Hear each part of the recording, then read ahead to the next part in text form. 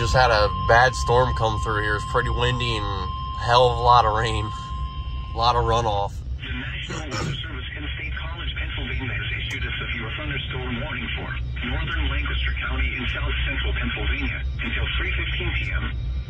At 2:32 p.m., a severe thunderstorm was located over Salonga and Landisville, moving east at 45 miles per hour. Hazard, 70 miles per hour wind gusts and penny-sized hail. Source, radar indicated. Impact, expect considerable tree damage. Damage is likely to mobile homes, roofs, and outbuildings. This severe thunderstorm will be near Lidditz and Rothville around 2:40 p.m. Ephrata, Akron, and New Holland around 2:50 p.m. Hill, Adamstown, and Churchtown around 3 p.m. Other locations impacted by this severe thunderstorm include Smoketown, Washington Rural, Williamsville, Penryn, and Five Point Hill.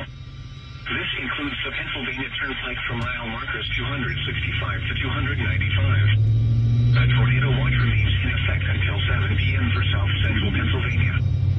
For your protection